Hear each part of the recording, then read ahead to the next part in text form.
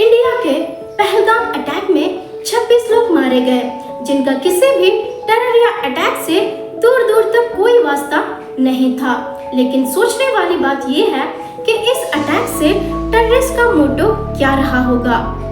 ये बात तो पूरी तरह से क्लियर है कि अटैकर्स जो कोई भी था, जहां से भी आया था, वो इंडिया के हिंदू मुस्लिम डायनामिक से पूरी तरह से वाकिफ है और उसने इस बात का स्ट्रैटेजिक फायदा उठाया और देखिए वो इसमें कामयाब भी रहा।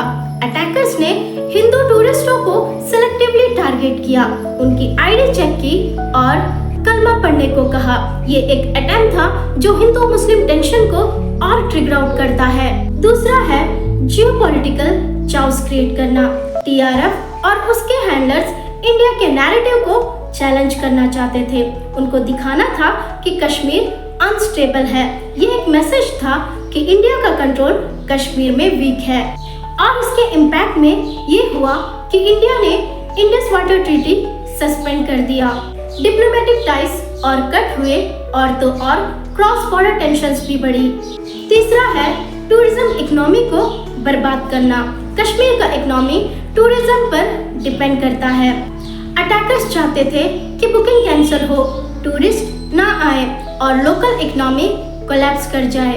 और इसके इम्पैक्ट में ये हुआ कि 90% बुकिंग्स कैंसिल हो चुके हैं, होटल सारे खाली पड़े हैं और पानी ऑपरेटर्स भी अब बेकार बैठने को मजबूर हैं। चौथा है लोकल एलिनेशन और रेडिकलाइजेशन। इस तरह के अटैक से लोकल्स में गवर्नमेंट के खिलाफ मिसट्रस्ट बढ़ता है क्योंकि वो प्रॉपर सेफ्टी नहीं प्रोवाइड कर पाती और ये चीज रेडिकलाइजेशन के लिए जमीन तैयार करता है।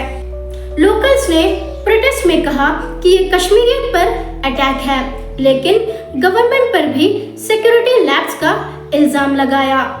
इसलिए सरकार और मीडिया दोनों को चाहिए कि वो हिंदू मुस्लिम करने के बजाय इसके रियल कॉज पर विचार करे और एक सही और बेहतर नतीजे पर पहुंचे।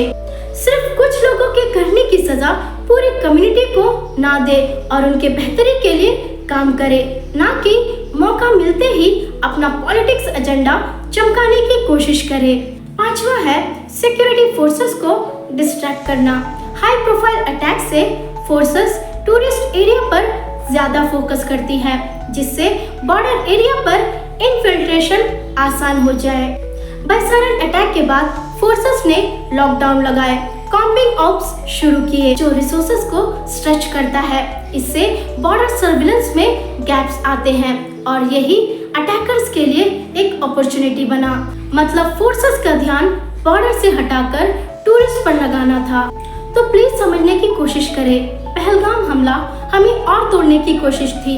आज आपने किया, कल दूसरे भी यही करेंगे, फिर इसका बदला लिया जाएगा और आगे भी यही सिलसिला चलता रहेगा।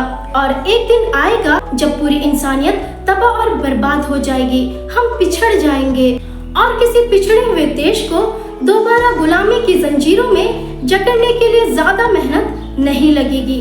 इसलिए खुदारा नफरत से दूर रहें। जिसने गुनाह किया सजा सिर्फ उसको मिले, इसमें बेगुनाहों का क्या कसूर। यहाँ किसी और के गुनाहों की सजा किसी और को दी जाती है। ये कैसा कानून है? जब लोगों का कानून में से विश्वास उठता है तो वो बागी बन जाते हैं। हम सब एक हैं, हिंदू मुस्लिम सिख ईसाई, इन सभी की कुर्बानियाँ और मेहनत लगी है इस देश की आजादी में। तो ये बात जितनी जल्दी हो सके समझ जाइए, वरना एक दिन ऐसा आएगा जब ये नफरत पूरे देश में हावी हो जाएगा और वो एक दूसरे से लड़ते लड़ते भारत का नाम नक्शे से ही ना मिटा बैठे।